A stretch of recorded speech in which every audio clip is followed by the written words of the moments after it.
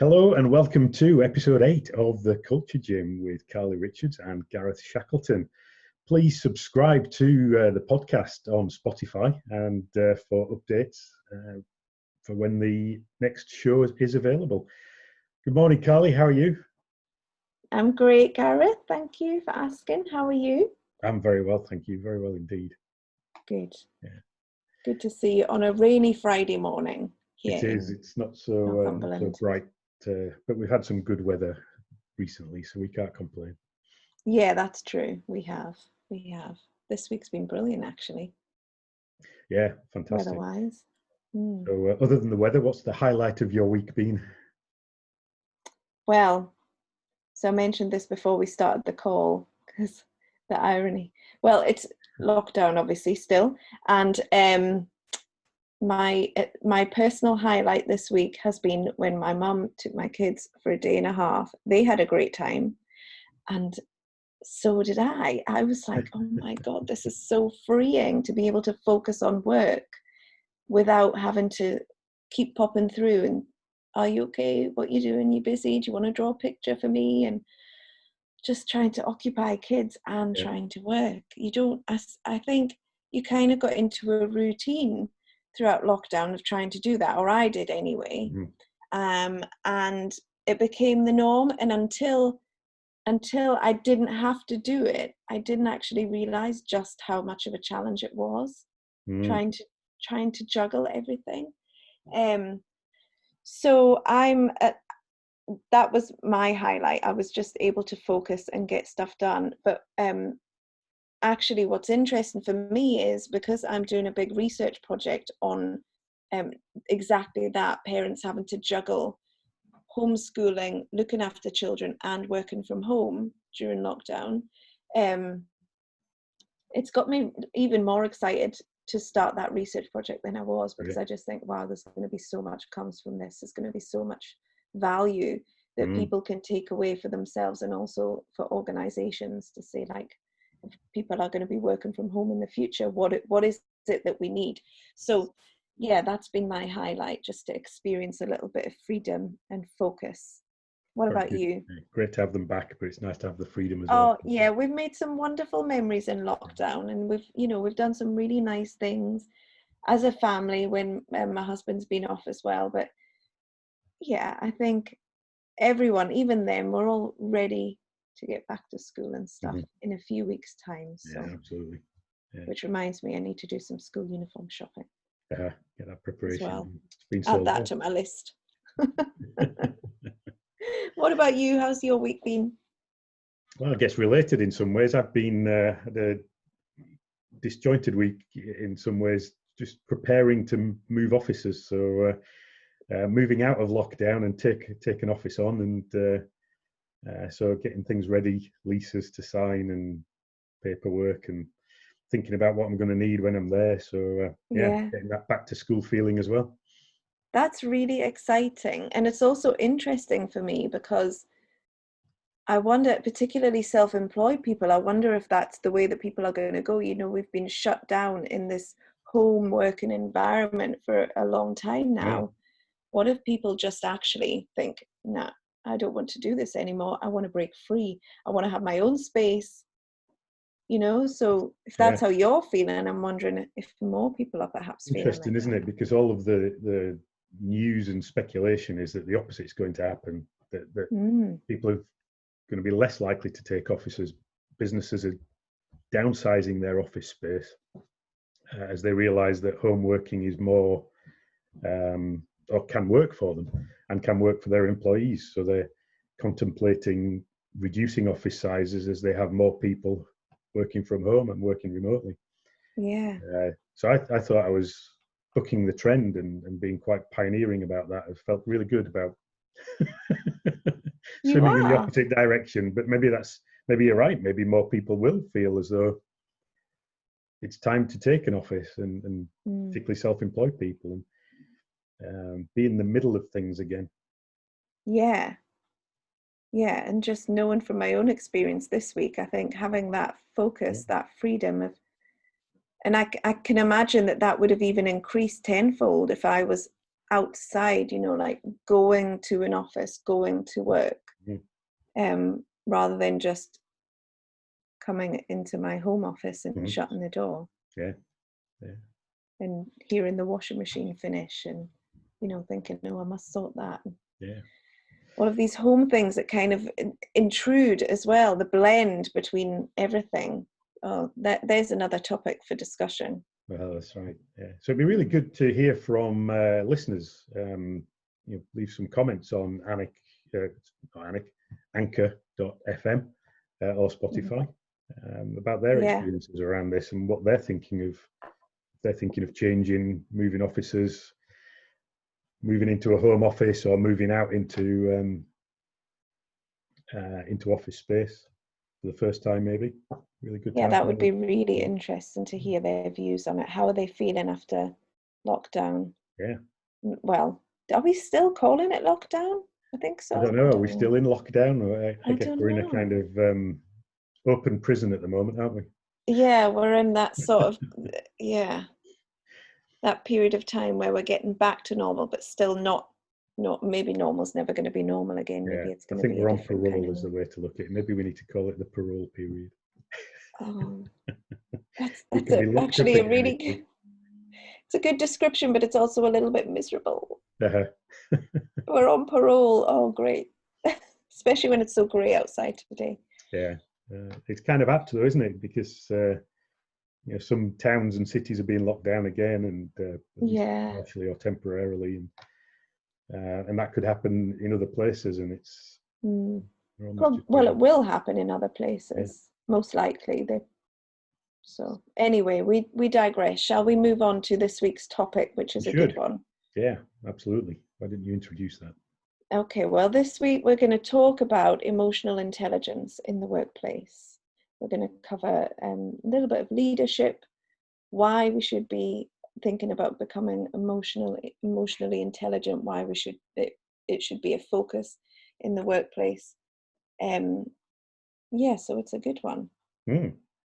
Yeah. Shall I kick off? Please do. Okay, well, we decided to discuss this week because I've been doing a little bit of looking into. I mean, obviously, it's part of what I do. Emotions are important, feelings are important. We need to be able to talk about these things, and I advocate that all of the time. But I came across a guy called Dr. Mark Breckett, and I've been looking into his work a little bit more lately. His work predominantly focuses on schools. So he's the he is the MD of the Emotional Intelligence Center, I think, at Yale University. Okay. Or he set it all up, and so his work predominantly focuses on schools, children in schools, helping them become more emotionally intelligent. But he has this concept that he uses called RULER, which is a really interesting concept actually, and it stands for regulating emotions. So he advocates that children should be able to should understand how to regulate their own emotions, understanding them, labeling them. So that's about basically having the correct words. So if a child says, I'm really, really angry, okay, well, let's look at why you're angry. And the same could be applied for work. Someone comes into your office and said, I'm really frustrated. This is really annoying. Okay, well, let's articulate that a little bit more. Why are you frustrated? What's going on? Well, it's because I'm jealous of this other person who's been given some sort of privilege, or it's because I'm actually really upset because of something that happened at home. Or so it's about being able to really nail down what that emotion is. Is important. So labeling is important, and being able to express that. So that's the E. And then the final R is being able to regulate emotions. And I thought this was a concept that could be easily applied to the workplace. And it was so the first R is recognizing, is that right? Yes. And then the final R is regulating. Yes. Okay, right. Got it. So recognizing, understanding, labeling, expressing, and regulating. Yeah. Great. And so some of the common things that we talk about when we're talking about emotional intelligence in the workplace are, we talk about self-awareness, we talk about the regulation side of things, we talk about relationship management as well. So communication and connection are really important. And obviously that then feeds into, you know, empathy, how to motivate your staff, how to, you know, build teams, all of these things. It's something that can be often overlooked, but even if it's brought into the workplace as in, this is something we need to know, this is something that we need to be doing, you know, we need to be emotionally intelligent leaders, we need to be managing our staff and care about them and empathize with them and all of these things. Sometimes the best laid plans can go awry in times of stress. And I think what's important for leaders certainly at the minute is to look at how they've managed their staff during lockdown. Have they been empathetic? Have they asked them how they are? Have they proactively taken steps to consistently be emotionally intelligent leaders? Yep. And I think that's been really, certainly more so in times of crisis than ever, really important concept about leadership. It's almost the first thing that can go out of the window, isn't it? In a crisis, you know, the crisis hits and you end up in a command and control situation again, and empathy and trying to take time and pay attention to other people's feelings goes out the window because you've got to deal with the crisis in front of you, which is a very task-based thing often, and just get things done. And yet the research shows that the most emotionally intelligent leaders are the ones that are most effective, even in a crisis. Yeah, particularly in a crisis. I think you're right. Logic and reasoning completely, you know, they're the default program when we're in crisis mode. In the same way that we know that we should be, you know, if we're feeling under the weather or just in everyday life, we know that we should be eating healthily, should be eating fruit and vegetables, we should have less sugar, we should exercise regularly. But particularly in times of crisis, for a lot of people, not for everyone, that can go out the window. Yeah. I speak from experience. Yeah. So that, I think to revert back to default programming, completely understandable, and the easiest thing. And we are hardwired in times of crisis to go for the easiest option because we have to focus our brains on other things. Yeah. Therefore, it prioritizes ease. So it's almost like learning new habits, and it's all about behavior change. And we know that behavior change is all about, you know, thinking differently and really taking action, focused action to change our ways. So in times of crisis, to fall back on the default programming, it's about an awareness of that. Okay, I'm aware that this is what I'm doing. I'm not actually checking in with my staff, and then making a conscious decision to check in, to ask how they are, to discuss feelings, to prioritize feelings. And sometimes that can be as simple as forming a new habit of at the start of every meeting or the start of every Monday morning, for example. You're going to go around that meeting and just check in. Okay, quick sentence, how are you feeling today? Or is there anything that anyone needs to bring up with me? Please do so at the end of the meeting. Yep. Something that makes it into a regular, consistent habit that this is what we do. I think even if you're the most logical, rational person like myself, you know, you can create an agenda where these things are on there. You know, in coaching sessions, I like to start with what have the wins been, because it gets people into a positive mood. And then at the end is, you know, the question you've posed there was, how are you feeling? How are you feeling right now? So it's that emotional check-in at the start and the end of the meeting to address those things and to raise the emotional aspects of what's going on, because business in particular can be very, very rational. It's about the numbers, it's about process, it's about systems and structures, and so we have to remember to bring in the emotional aspects of dealing with people, because that's what business is all about as well. It's people. And I think what's interesting is employees also have a responsibility to actually reveal how they feel, and to, when they're asked, for example, how are you feeling, we have this, I don't know if it's a British cultural thing or what, but we have a tendency to be like, yeah, good, I'm good.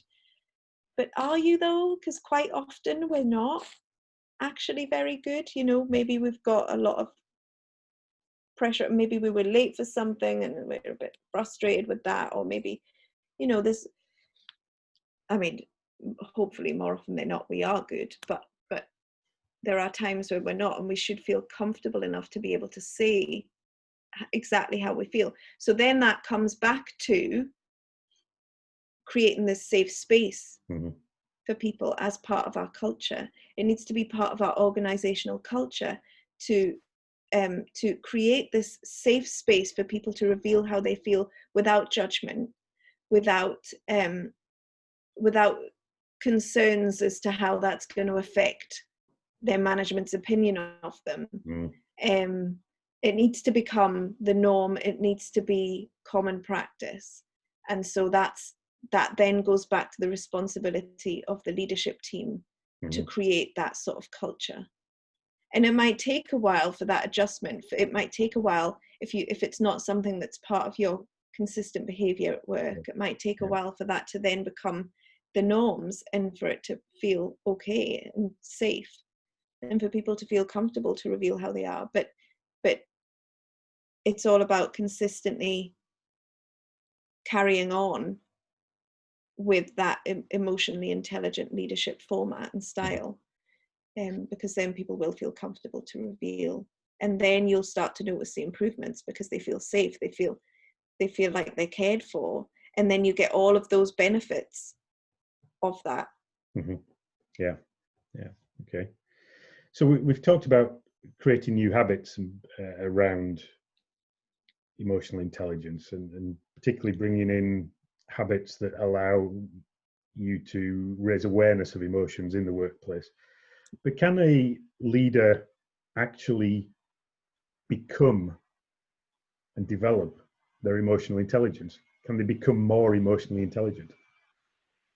Yeah. And how do they do that? What can they do to improve? What can a leader do to improve their emotional intelligence?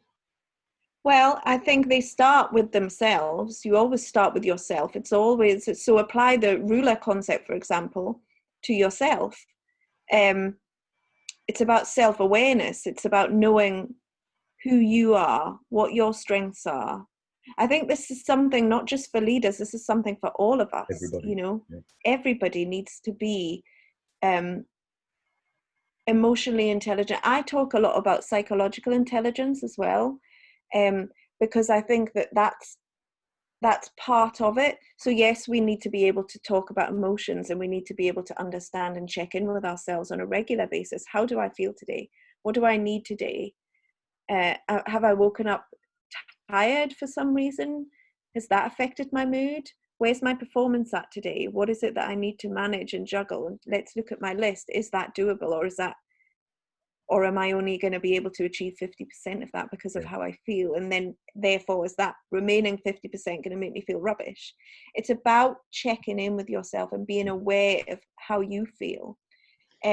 I also like to think that that's really important from a psychological intelligence point of view. We need to be able to apply all of these psychological concepts to ourselves. So we need to understand what our personality is, but that's for a separate time.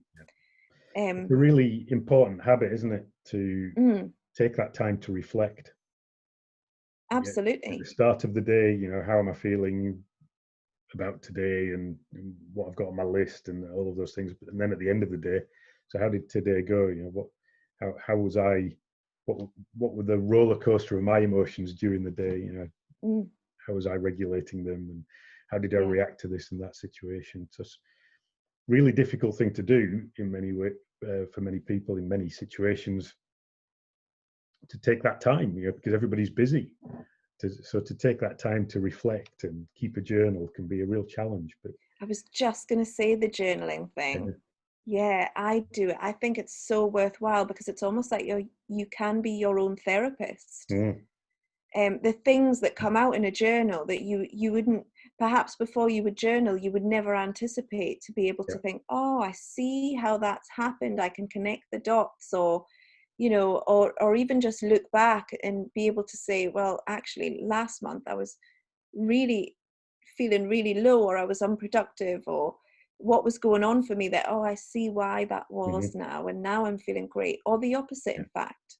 Last month I was feeling great. What was I doing? Well, I was exercising, I was taking care of myself, I was in a great place at work, blah, blah, whatever. I think journaling is so valuable. And whilst a lot of people talk about it, so many people don't do it, and it's really underestimated.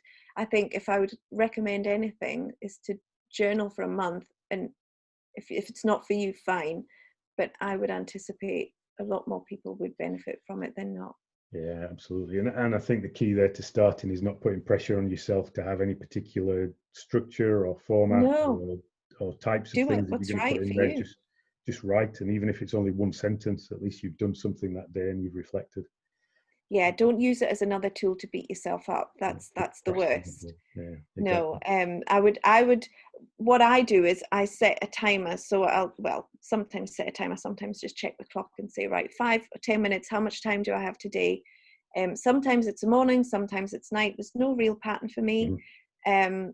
Sometimes I like to set up my day by starting with it. But yeah, I think I'll write for 5 or 10 minutes, and then I'll be strict and say, right, okay, I don't have any more time now. I'll finish off what I'm saying and then put my pen down. Yeah. Very good. Excellent.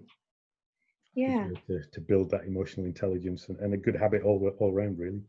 Yeah. So we had a you came across a word, and you sent me a text and said, what is this? Do you know what this is? And I've come across it before. Well, it's relevant I'm to never this very topic, good isn't at it? I'm never very good at pronouncing it, so I'll let you say it. I think when you're talking about the ruler concept, we're talking about labeling emotions and expressing them. This is the opposite of that in a way. Or the people who have this will have challenges with that. And the word's alexithymia, and it means not having the words to describe your emotions. Alexithymia. So and some people have this. Not sure if it's called a condition, but let's call it that for now.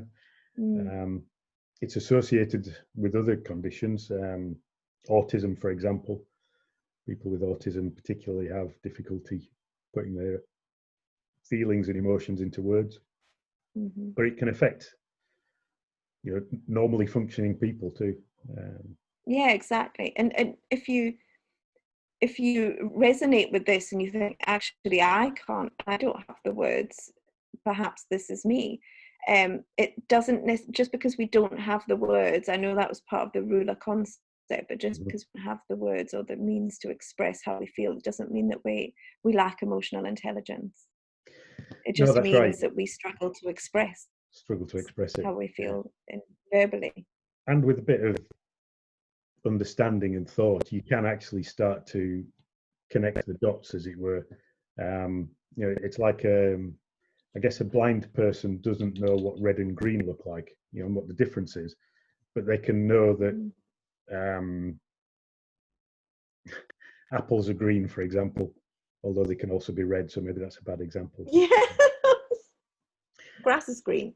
Grass is green, that's a good one, and generally not red. Grass. Yeah. Generally, unless it's been painted. So, that although a blind person has never seen red and green, they can understand that different objects can have different colours. Yes. Red and green. Yes. Even though if they don't know what that looks like, and I think this is this. It could be the same in the most extreme levels of alexithymia. You can learn to label emotions with words, appropriate words. But then it's also that deeper connection, isn't it? That deeper, what does anger mean? What does frustration mean, or jealousy mean? It's what does it? I've got the word now, and I understand that that's what I'm feeling now because I've been told that, or I've associated the two. But actually, what does it really mean? And I think that's the bit that's also missing sometimes in alexithymia. Yeah, yeah. You were going to talk a little bit about genetics. Ooh, yeah. So one of the things with, well, alexithymia could be genetic, but that's not really where it came up. No. I think emotional intelligence has a genetic component as well. And I find this quite interesting because the genetic research now is showing that around 50% of most traits, psychological traits, emotional traits, physical traits, have a genetic component, and the other 50% is environmental. So it's this nature-nurture debate. Actually, it's about 50-50 split, even nature and nurture. And that's just as true of emotional intelligence. And I think in the kind of practitioner world, maybe more so even in the guru world of self-development, we've tended to ignore that aspect. And it's around, you can be anything you want to be. You can develop in any way you choose. You can do anything. And that's true, but we have to take into account the genetic component because different people will have different paths to achieve anything or achieve what they want to achieve because of their genes. And I think we need to get this balance as practitioners or as managers and leaders as well with our employees, people we're responsible for, that their genes play a massive part in the way they act, the way they react, their behaviors and their responses. And to understand a person properly, we have to accept that. We have to accept that some of this is genetic and to work with that as a starting point, not to ignore it because we don't know what to do with it, but to start with that as a starting point and say, well, okay, well, that's part of who you are. How do we then work with that to get you to where you want to be? Yeah. I mean, we covered neuroplasticity, didn't we? What week was that? Let me look back at my show notes. That was week 4, I think. And yeah, so if you haven't listened to that already, go back and listen because it was very interesting. Basically, we are malleable. We can change our behaviors and our habits. We are who we are. And that's a whole other area of personality and things that we may cover at some point. But yeah, I think we are made up of our genes, and so you're absolutely right, that should be taken into consideration. And how we get to that, if we start off at point A and we want to be at point B where we're able to do something new, how we get there is very much dependent on who we are in terms of our personality. What are our genetics? What are our life experiences? What is our current situation? And then how do we navigate a pathway to get from A to B that takes all of that into consideration? That's right. So when you really get into it, can be quite a complicated process and a complicated procedure. It's certainly not a one size fits all. And so I think that's the beauty of working with an expert. Working with someone who knows. That's right. And working one-to-one as well, because I think you're right, it absolutely isn't one size fits all. It's about individualizing the journey, the path that you're on to get from where you are to where you want to be. Imagining that you can take a path that is suitable, or taking 100 people and putting them on the same program and they'll all get the same results is just unreasonable. It's unfair. Everybody's on a different journey, starting from a different starting point. Some of that's due to their genes, some of it's due to their upbringing, their culture, and we start with that with everybody and get them to where they want to be on a very individualized, personalized journey. And that's working. Well, that's all we've got time for today, Carly, unfortunately. Time we'll flies. do our question next week. We'll do our question next week. We'll save it. We'll keep our listeners yeah, on the in edge suspense. of a cliff, just waiting. Okie dokie, Good. Gareth. Lovely Thanks, to Carly. talk to Thanks you for as always. talking, and thanks to our listeners for listening. And we'll speak to you next week. Bye. Bye-bye.